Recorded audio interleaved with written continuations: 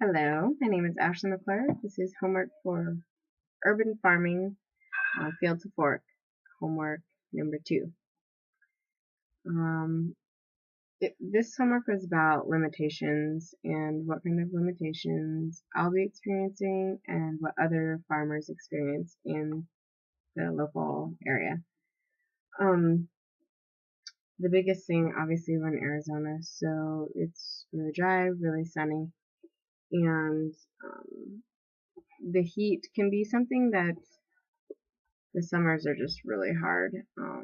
But since we have such good weather, we almost get 2 growing seasons out of it. So we kind of get some benefits from the sun that we do have here. The drought is something I think that, or, lack of water or the dryness is something that I think is really important that I realized with sorry, here's a cat. With my garden is that I really need to be saving as much water as possible. The gray water thing is new to me, so I'm like water Nazi around the house about just like turning off the water at least and not wasting water. But I feel like I don't know how to retain gray water properly and cheap, reasonably cheap for a place that I'm just renting because I don't want to install a really big expensive system to somewhere that I'm not going to be in a year. So I think that's something that I'm really trying to focus on is like how I can work with the water. I have like a drippy faucet out front and out back that I'm like constantly have plastic buckets under that I'm using to water all my plants. But I guess that's just as much as I'm really doing right there about managing the water. The pH is something that's pretty crazy here of like how alkaline it is and how it's pretty much like just don't grow in the dirt here. Maybe you can use some of the dirt, but just buy your soil, make a compost, use all of that instead of just trying to grow straight into the ground because there's just so much work that you need to do to really prepare the soil, which is something I'm personally dealing with and will continue to deal with in my tiny little garden box I have right now. Sorry, there are so many cats in my neighborhood. I personally have, a lot of cats living at my house, and my neighborhood probably has about 60 cats in it. No joke. We're a cat neighborhood, and everybody loves the cats, and that's cool, but with so many cats, there's so many feces and urine, it's just like unbelievable. My backyard, has these little spots that the cats go in, but I have a nice little box with soil in it. So that's something that I'm trying to manage. I always have like a fence thing over it, but they have gotten in there, and the freaking nitrogen in their urine is just so damaging to the plants.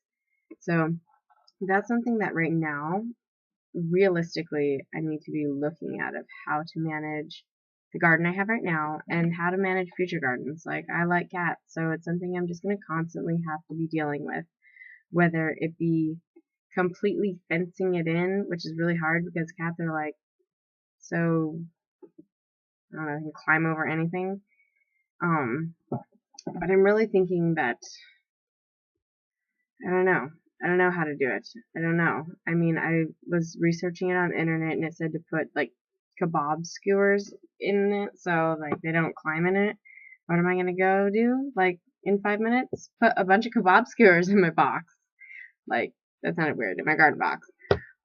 Because I also feel like I don't want to be damaging the plants. Like my plants are small right now. Once they start growing, I can't be throwing a big metal gate over them every day because that hinders their growth. So I guess like the skewers I'm gonna try, and I read something it said about coffee grounds, but then I researched coffee grounds and they're like ridiculously high in nitrogen also. So I don't see how that would really work out. I mean, a lot of the other stuff that, you know, the population growing, or more urban farmers maybe experiencing the that urban desert, or the island that we read about was really cool. I mean, it wasn't really cool, but it's just really interesting to see of how much concrete there is and how much it really adjusts and changes the temperature. But really of how much, if we just had a bunch of urban gardens everywhere and farms, then it could really decrease the temperature. I think that is really awesome.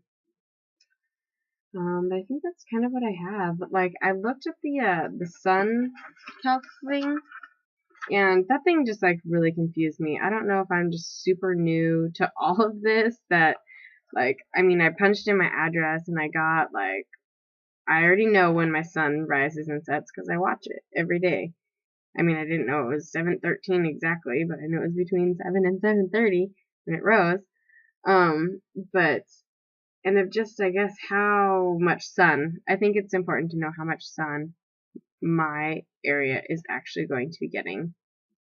And looking at it now, I could say that, okay, my backyard is getting X amount of hours of sun, but I have these huge trees in my backyard that are actually shading a lot of my yard, which is super beneficial, but for some plants that really need a lot of sun, they may not even be getting it.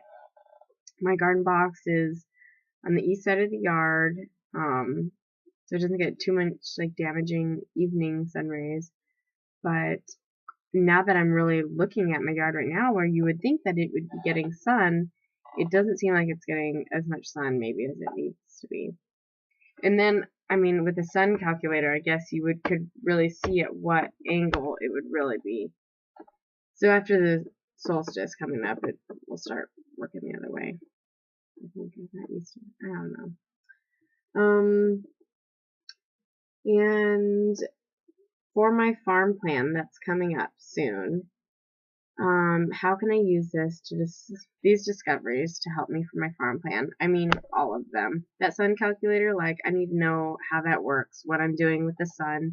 The soil, I need to know I don't even know anything about soil. I don't know anything. I don't know anything. I mean, I read some stuff, and I read about lime, and I read all about that stuff, but I need to get, like, my hands dirty with it. Like, I just need to see it and feel it. I need to go to a farm. That's what I need to do.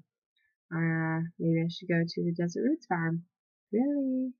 Okay, well, I think I pretty much wrapped it up and took almost like 10 minutes of your time.